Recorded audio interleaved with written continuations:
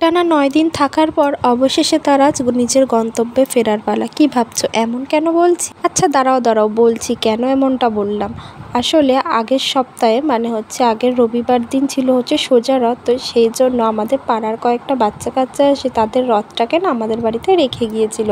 আর গতকাল তো শনিবার দিন উল্টো রথ ছিল, আর সেই আমাদের বাড়িতে যে রথটা আগের দিন রেখে গিয়েছিল ওরা আসবে সেই রথটাকে নিয়ে যাওয়ার জন্য। ওরা বিকালবেলার দিক করে আসবে, সেই জন্য আমি দুপুরে রান্নার পরেই হচ্ছে ওদের জন্য ঘুগনি রান্না করে রেখেছিলাম। ওরা যেহেতু বিকেলে আসবে তো সেই জন্য মানে বিকালের দিক করে আর কি লুচিগুলো ভেজে নিচ্ছে। তারপরে দেখো এদিকে রথটাকেও কিন্তু আমি বেশ সুন্দর করে সাজিয়ে দিয়েছি। তো সুন্দর করে সাজিয়ে গুছিয়ে দেওয়ার পর জানো তো মনে হচ্ছিল না যে রথটাকে আর দিয়ে পাঠাই, কিন্তু কিছু তো করার নেই, ওদের রথ ওরা তো নিয়ে যাবে আর এটাই তো নিয়ম।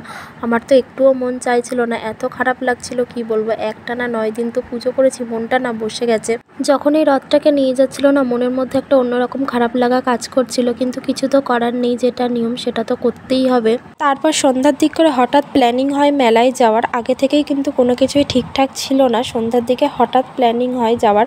তো সেই জন্য একটু রেডি হয়ে নিয়েছি। আর এদিকে দেখো চলেও এসেছি মেলায়। আর এই রথের মেলায় এত সুন্দর সুন্দর গাছ বিক্রি হচ্ছিল, মনে হচ্ছিল না সব কটাই কিনে নিয়ে বাড়ি চলে আসি। আর এই মেলাটা আমাদের বাড়ি থেকে খুব একটা বেশি দূরে নয়, ওই 10 মিনিটের মতো লাগে আমাদের বাড়ি থেকে যেতে। অনেকক্ষণ মেলার মধ্যে ঘোরার পর ফাইনালি আমরা এই রথটাকে দেখতে পেলাম। আর সত্যি কথা বলতে আমরা তো ভাবতেই পারিনি যে মেলায় এসে রথটা দেখবো, কেননা আমরা আস্তে আস্তে না অনেকটাই লেট করে ফেলেছিলাম। মেলায় তো প্রচণ্ড পরিমাণে ভিড় হয়েছিল, আর গরমের মধ্যে ভিড়ে আমার অবস্থা তো খুবই খারাপ, আর ভাল লাগছিল না। তো এবার বাড়ি যাওয়ার পালা। বাড়ি যাওয়ার পথে আমরা দাঁড়িয়েছিলাম এক চায়ের দোকানে, কেননা আমাদের সাথে যে আমার ভাসুরের মেয়েরা ছিল ওরা বলছিল যে কাকিমা চা খাবো। আমাদের এই অশোকনগর স্টেডিয়ামের এখানে চা জানো তো ভীষণ সুন্দর বানায়, মানে একবার খেলে জানো তো মুখে লেগে থাকবে।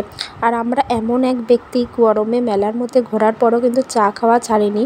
আর এই যে আমাদের সেই কিন্তু চাখর ব্যক্তি।